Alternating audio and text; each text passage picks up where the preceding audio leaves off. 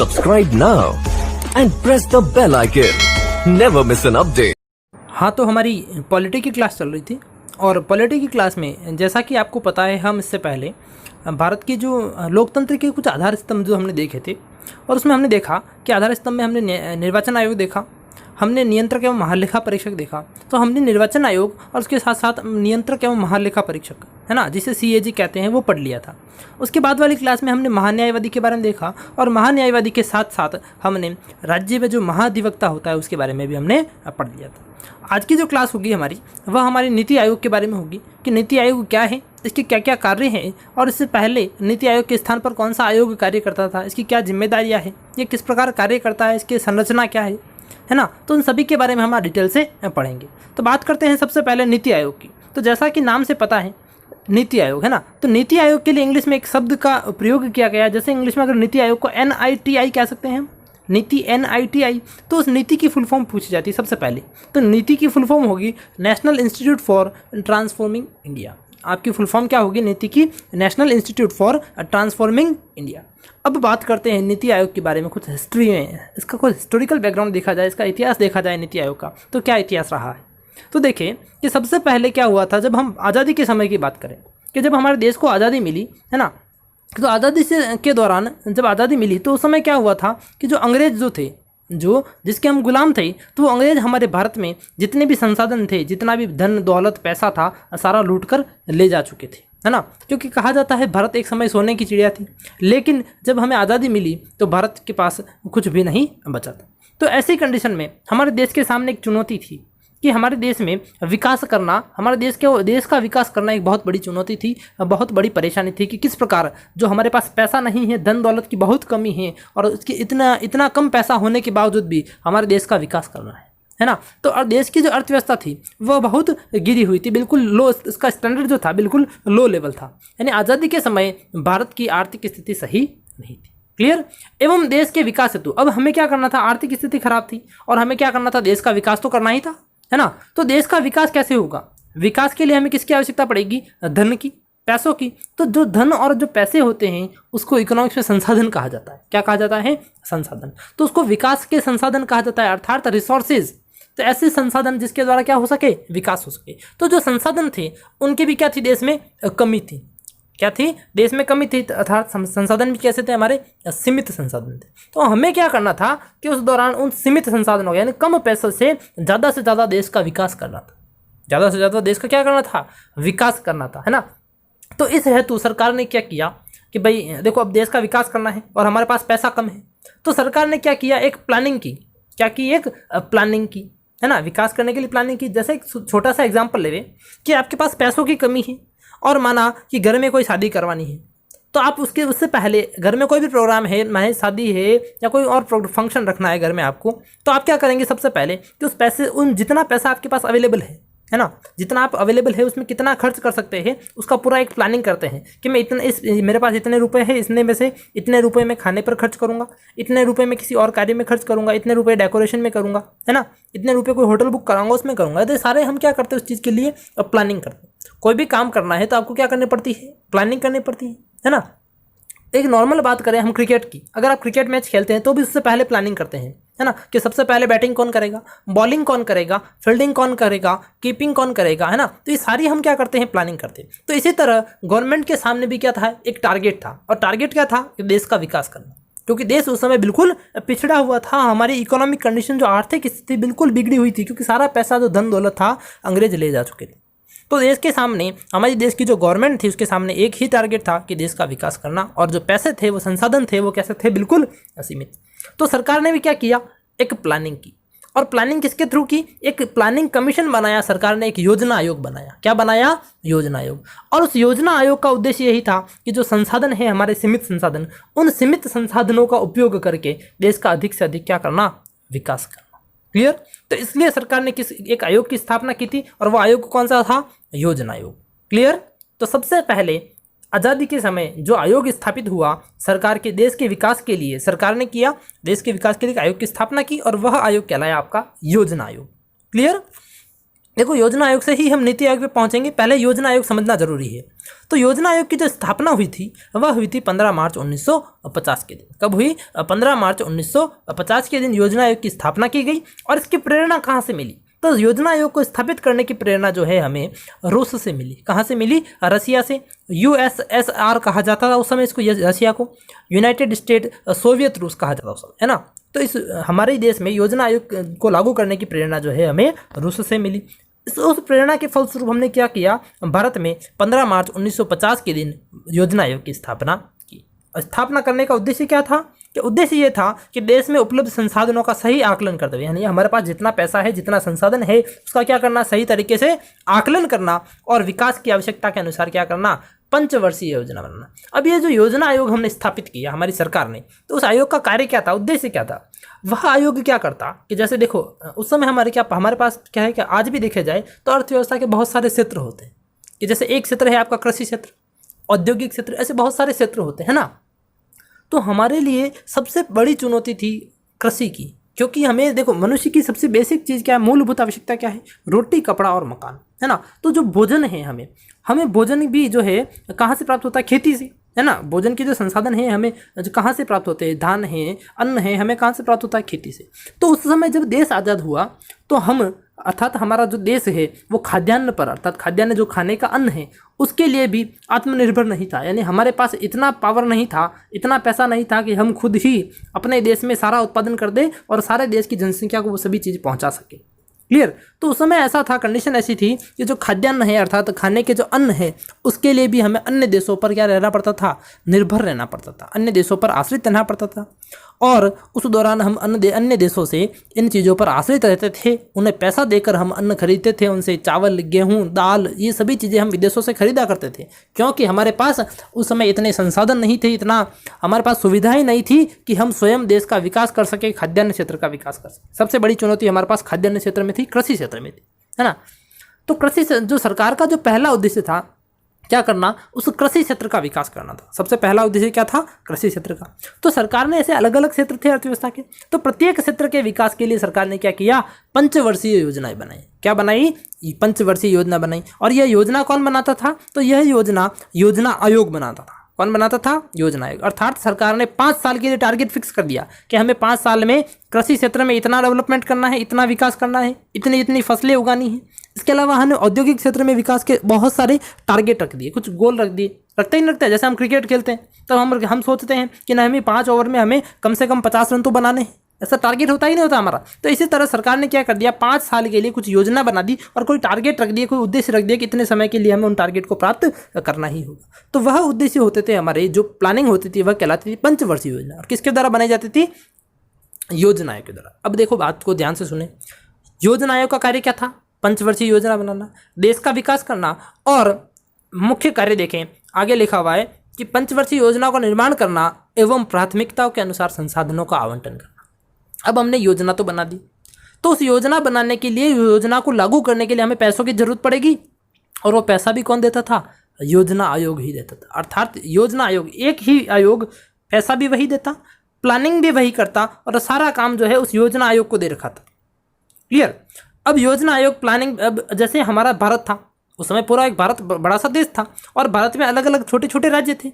तो ये योजना जो बनाई जाती थी इस योजना आयोग के द्वारा, वह योजना केंद्र सरकार द्वारा बनाई जाती थी। किसके द्वारा? केंद्र सरकार द्वारा। क्लियर? क्योंकि योजना आयोग एक केंद्र सरकार का आयोग था।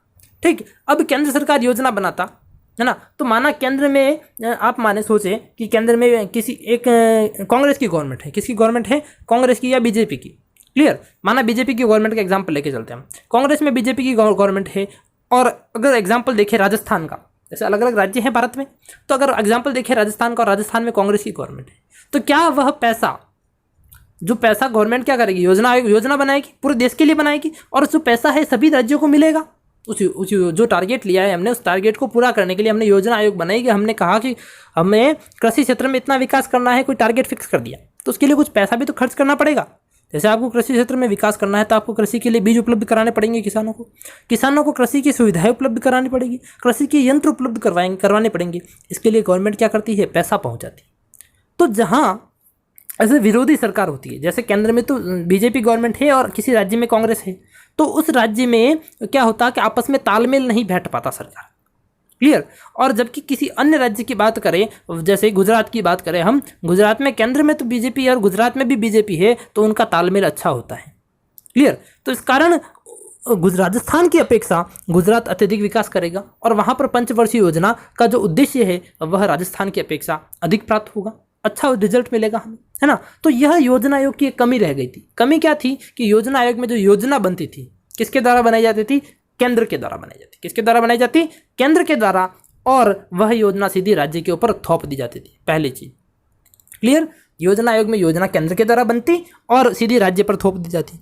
अब मुझे एक बात बताएं, केंद्र को तो देखो, एक राज्य की स्थिति है वह राज्य वाला ही व्यक्ति अच्छी तरह से जान सकता है या केंद्र।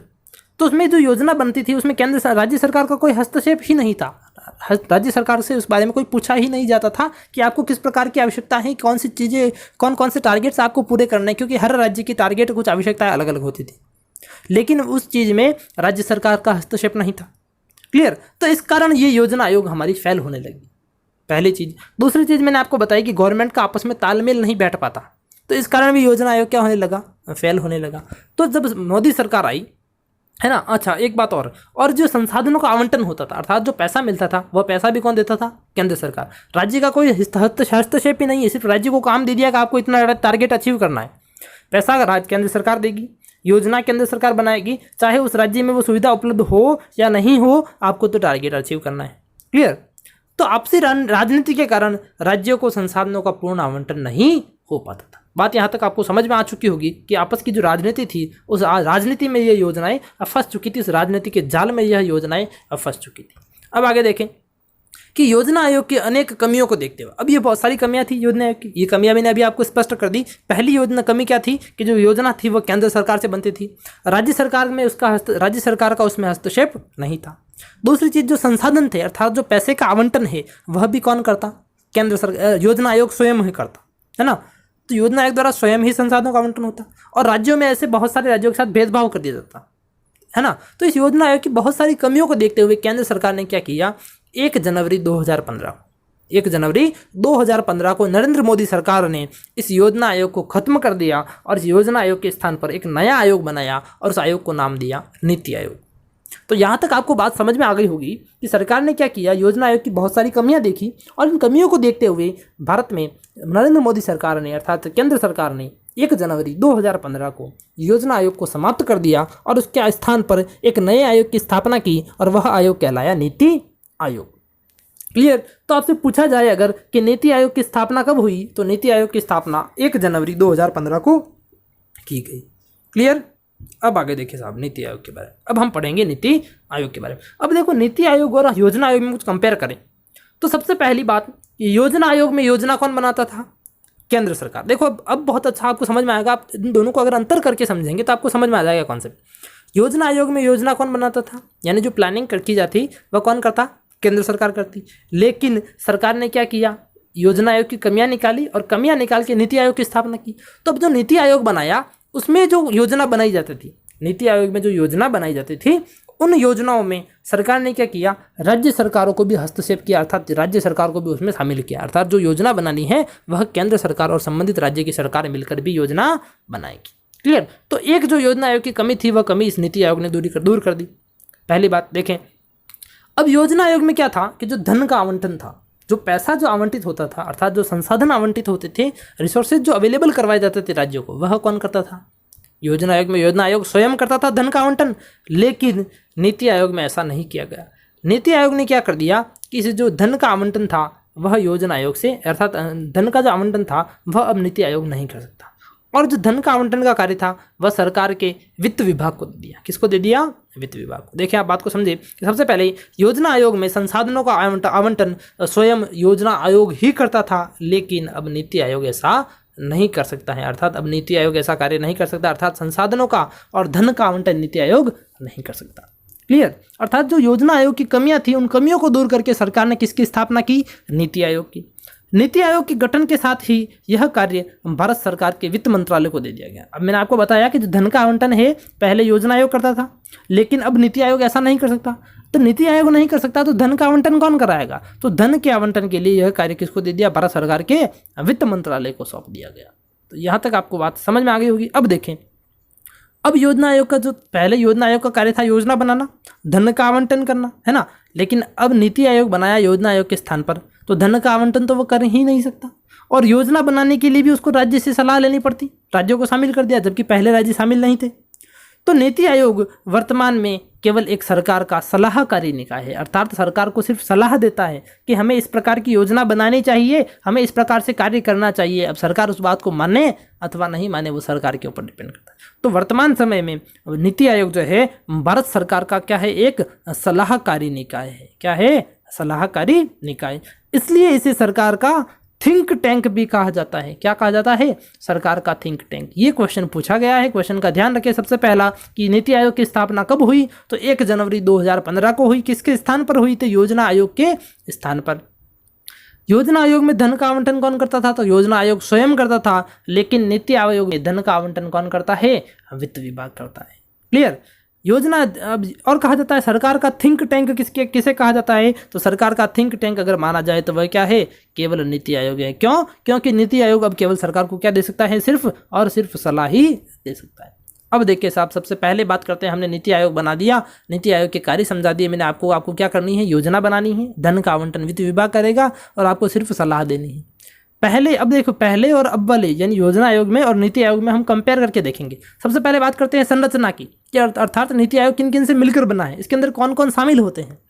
तो नीति आयोग के अंदर अब जो नीति आयोग बनाया हमने नया, उसका एक अध्यक्ष होता है। क्या होता है? एक अध्यक्ष। और इसी के समान योजना आयोग में भी एक अध्यक्ष होता था।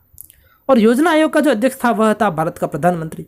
और सेम नीति आयोग में भी अध्यक्ष किसको रखा गया? प्रधानमंत्री को रखा गया। किसको रखा गया? प्रधानमंत्री। अब इसके अतिरिक्त क्या बनाए गए?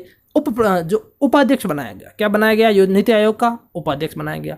और उस उपाध्यक्ष की नियुक्ति कौन करता था? अब कौन कर सकता है उपाध्यक्ष की नियुक्ति? अब प्रधानमंत्री द्वारा की जाती है। क्लियर? अब बात क्या की जाती है, जो सबसे मेन बात है वो यही कि इसमें संचालन परिषद में कौन कौन शामिल होते हैं, अर्थात योजना आयोग में कौन कौन व्यक्ति अर्थात कौन कौन सदस्य होते हैं जो मिलकर योजना बनाते थे। तो योजना आयोग जब हमने देखी तो उस योजना आयोग में जो देखो, हमने देखो लोकसभा पढ़ी, राज्यसभा पढ़ी, हमने मंत्रिमंडल पढ़ा, हमने कैबिनेट पढ़ा।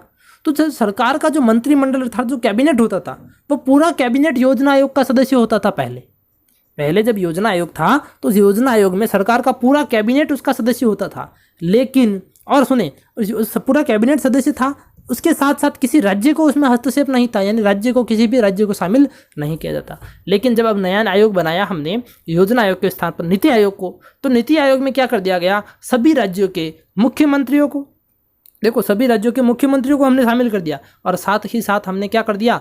केंद्र शासित जो प्रदेश है उन केंद्र शासित प्रदेशों के उपराज्यपालों को भी किसमें शामिल कर दिया? हमने योजना आयोग का सदस्य बना दिया, अर्थात नीति आयोग का सदस्य बना दिया और नीति आयोग के संचालन परिषद में उनको शामिल कर दिया। जबकि योजना आयोग में ऐसा नहीं था। योजना आयोग में जो है मुख्यमंत्रियों को अर्थात राज्यों को हस्तक्षेप नहीं था। बात करते हैं योजना आयोग की संरचना के अंदर ही आगे इसकी एक क्षेत्रीय परिषद बनाएगी। क्या बनाई गई? क्षेत्रीय परिषद। देखो योजना आयोग जो थी उसमें योजना केंद्र बनाती थी, अर्थात उसमें किसी क्षेत्र विशेष को महत्व नहीं दिया जाता। तो यार जैसे कोई राजस्थान है, गुजरात है, ये जो क्षेत्र है इनको कोई महत्व नहीं दिया जाता। योजना सरकार के द्वारा बनाई और राज्यों पर लागू कर दी जाती। लेकिन अब क्या बनाया गया? सरकार का एक क्षेत्रीय परिषद बनाया गया, अर्थात प्रत्येक क्षेत्र की एक परिषद बनाई गई। तो इसमें क्या था देखें कि विशिष्ट क्षेत्रीय मुद्दों को संबोधित करने के लिए, अर्थात अपने क्षेत्र में कोई मुद्दा है, कोई प्रॉब्लम है तो उसको संबोधित करने के लिए प्रधानमंत्री के द्वारा, किसके द्वारा? प्रधानमंत्री के द्वारा या प्रधानमंत्री द्वारा नामित व्यक्ति, अर्थात प्रधान व्यक्ति ने किसी व्यक्ति को नॉमिनेट कर दिया, नामित कर दिया, उस नामित व्यक्ति मुख्यमंत्रियों और उपराज्यपालों की बैठकों की अध्यक्षता करता है। ये सरकार ने क्या कर दिया कि अगर माना योजना आयोग में ऐसा था ही नहीं प्रावधान, राज्यों को शामिल किया ही नहीं जाता, लेकिन नीति आयोग में राज्यों को और क्षेत्र विशेषों को शामिल किया। अब क्षेत्रीय परिषद बनाई, ऐसा शामिल करके क्या बनाई? एक क्षेत्रीय परिषद, जिसमें कौन कौन थे? सभी मुख्यमंत्री थे और सभी केंद्र शासित प्रदेशों के क्या थे? उपराज्यपाल थे। तो इनकी जो अध्यक्ष क्षेत्रीय परिषद थी, इनकी मीटिंग की अध्यक्षता कौन करता? या तो प्रधानमंत्री कर सकता था या प्रधानमंत्री द्वारा नॉमिनेटेड कोई व्यक्ति उनकी मीटिंग करता था, अध्यक्षता करता था मीटिंग की। ये यहाँ पर बैठ के अपनी समस्या बताते अपने अपने क्षेत्र की। है ना, कि हर राज्य का यहाँ मुख्यमंत्री आ रहा है और केंद्र शासित प्रदेशों का राज्यपाल आ रहा है, तो वो बताएगा कि हमारे क्षेत्र में ये समस्या है ना। जैसे बिहार वाला कोई आएगा तो उधर वाला कोई व्यक्ति कहेगा हमारे यहाँ शिक्षा सुविधाओं का अभाव है, तो हमें सरकार को क्या, वो सरकार को सुझाव देंगे कि आप बिहार के लिए ऐसी योजना बनाए जिसमें शिक्षा सुविधाओं का विस्तार हो सके, है ना। राजस्थान में भी इसी तरह जल की समस्या के लेकर, है ना, कि कृषि की समस्या को लेकर ऐसे बनाए जा सकते हैं। तो इस प्रकार हर क्षेत्र के जो मुद्दे हैं उन मुद्दों को अब इस नीति आयोग में शामिल किया जाने लगा, जबकि योजना आयोग में किसी प्रकार के क्षेत्र विशेष को शामिल नहीं किया जाता। अर्थात अगर कंपेयर करें इन दोनों का तो योजना आयोग से तो बेटर नीति आयोग है।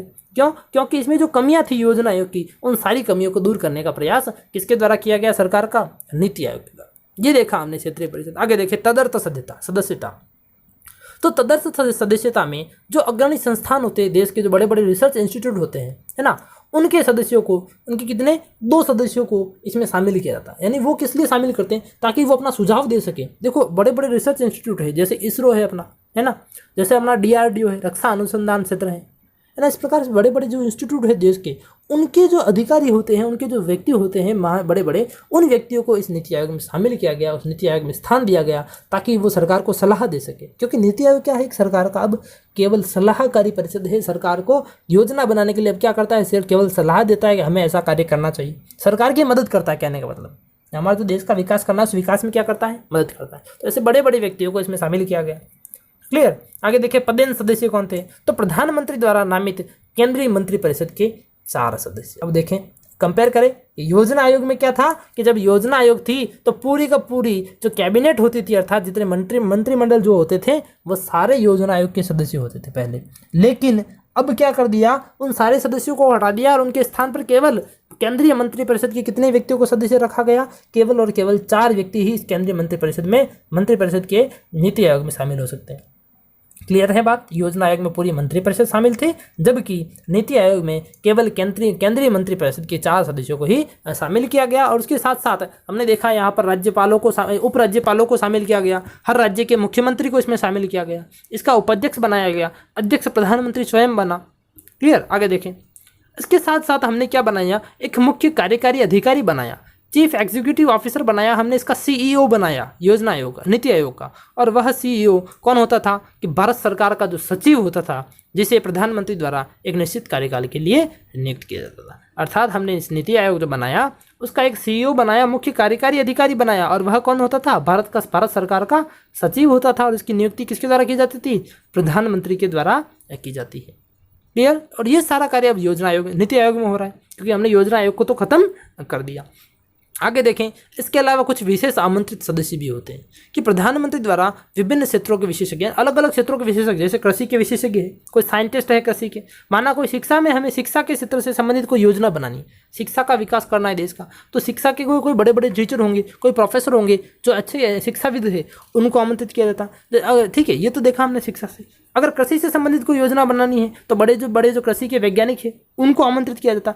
ऐसे इस प्रकार क्या किया गया सरकार ने कि जिस क्षेत्र से संबंधित योजना बनाई जाती, उस क्षेत्र के जो बड़े बड़े व्यक्ति होते हैं, महान हस्तियाँ होती है, उन व्यक्तियों को क्या किया जाता है?